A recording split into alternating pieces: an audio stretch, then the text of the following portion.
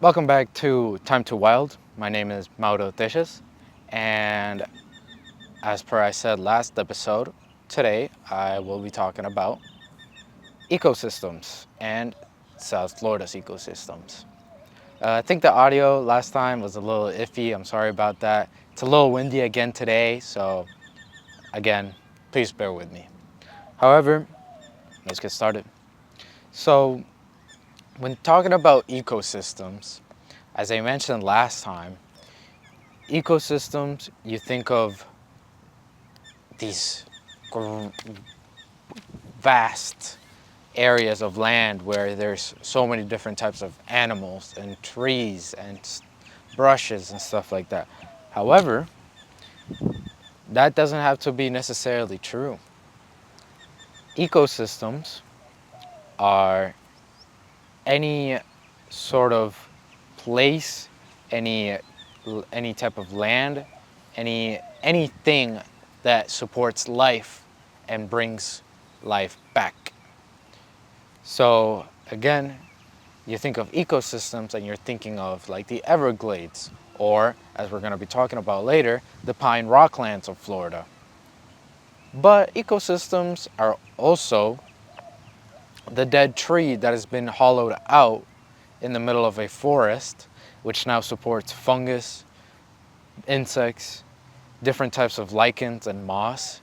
These are still ecosystems, albeit in a very smaller scale in comparison to the ones that you think of, which is fascinating to think about how many ecosystems there truly can be out there. Going on from the forests in, I don't know, in the Amazon, to the oceans, where you think of the big open ocean, but then you also might think of the deep depths of the ocean and think about the geothermal vents that are deep within, next to, you know, these super hot magma, or yeah, I believe magma reserves is a term underground, where that by themselves is able to support basically all of the life that is underwater at those depths, because at such depths where where the light of the sun doesn't even reach there, it's so crazy that we even see life at that point. See life, but it's important to also understand within these concepts that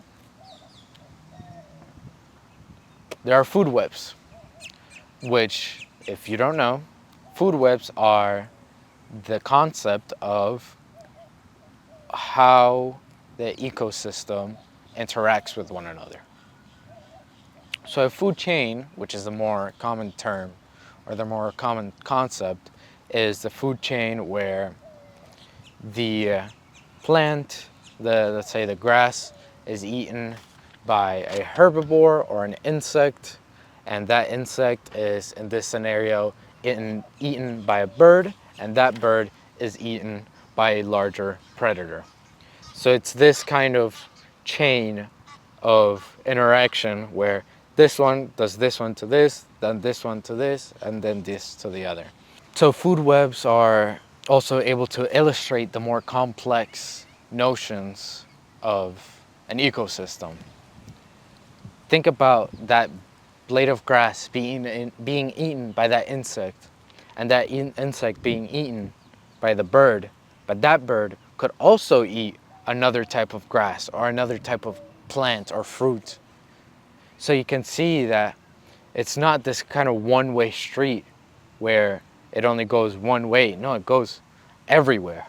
The same insect is also is eating another type of plant, and then this bird is eaten by not only one predator but another predator, but that predator could also have eaten the bugs.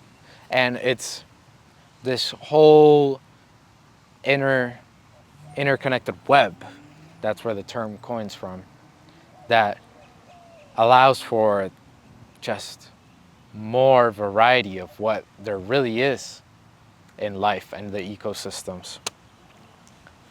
And to demonstrate this, I have chosen a couple of the, sorry, it's a little bright, couple of Florida's ecosystems. And to first start, we have the mangroves, which are I'd say commonly known ecosystem. And what they do is pretty known as well. I'd say it is so interesting to see how we benefit from these types of ecosystem, even if we don't sometimes truly realize. The mangroves are a habitat, let's say, where a specific type of tree is able to grow. Where is this? At the shore of the saltiest points of water. And typically, oh, I have a bug on me.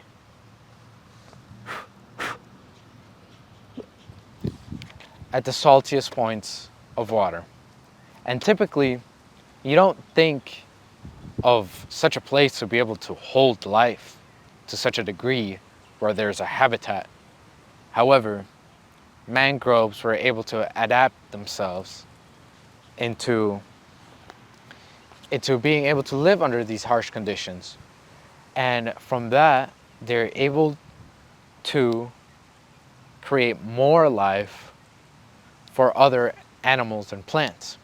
For example, so many fishes use the mangroves that spawn off these waters as a place to live.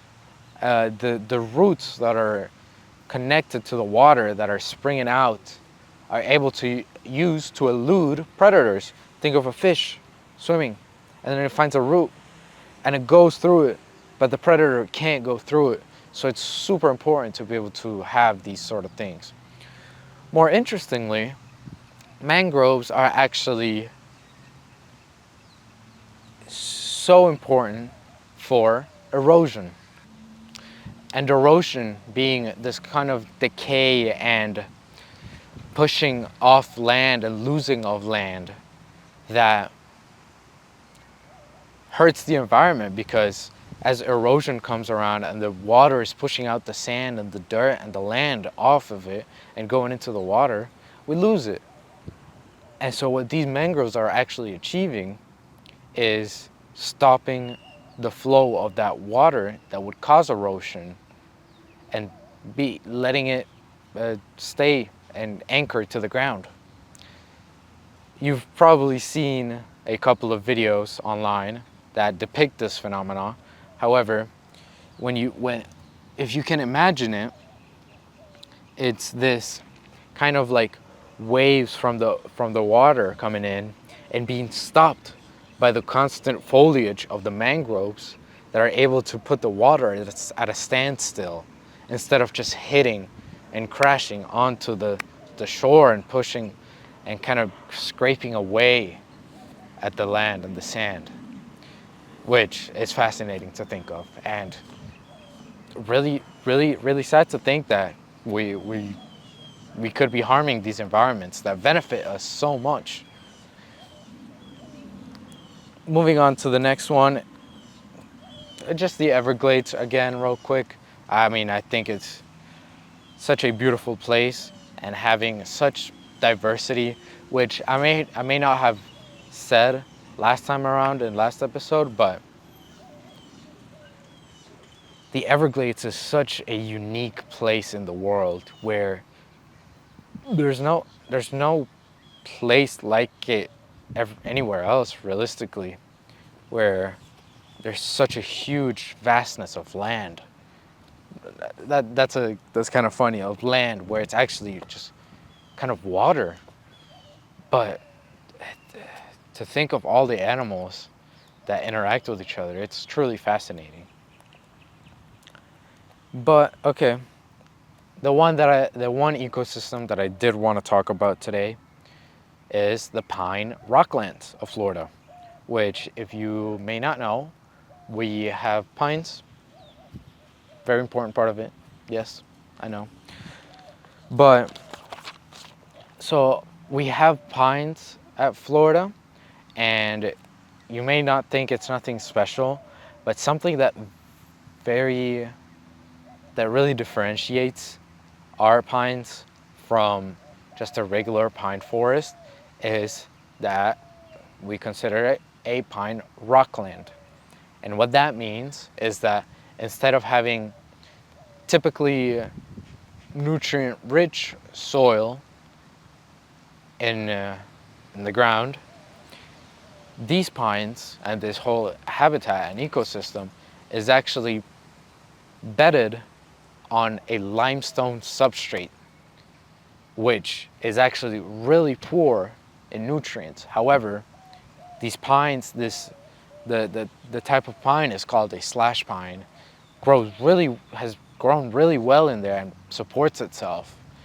And it's so, again, another unique thing that we have here in Florida and that we have to protect.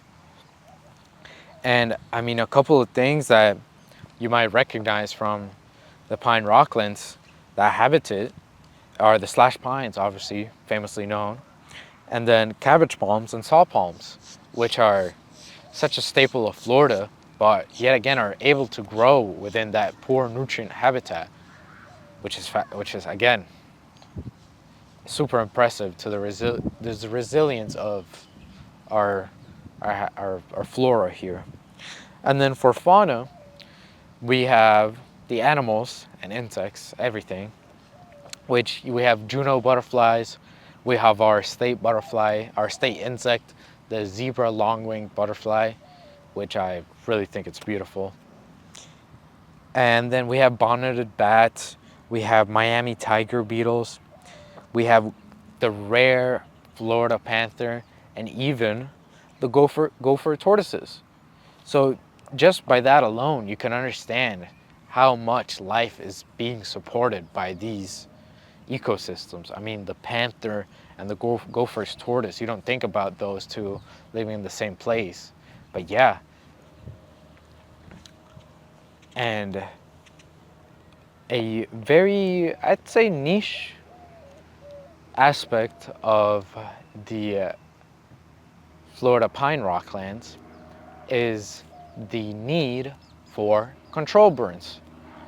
So if, as you may have heard, Florida does controlled burns on the pine rocklands.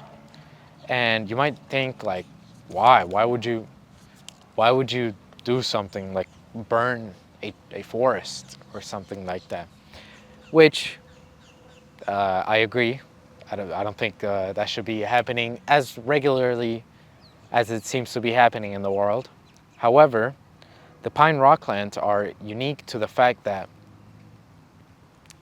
during the dry season, the needles in the pine and the slash pines start to fall, and it becomes this bed of needles everywhere where, think about it, in the dry season, that's a huge fire hazard. We have taken action. We've decided that every once in a while, we should monitor controlled burns so that these fires don't go out wild, because we have taken care of them somewhat so that they don't spread uncontrollably. Florida's ecosystems are super beautiful, and I hope that you're able to go out there once. If you're already a Floridian, take a weekend and go explore the Everglades or any sort of camping site. I really like camping. I went with a couple of my friends recently, so I recommend. Thank you very much for watching Time to Wild. I'm Mauro Teixas. Remember to like, comment, and subscribe, and thank you for watching.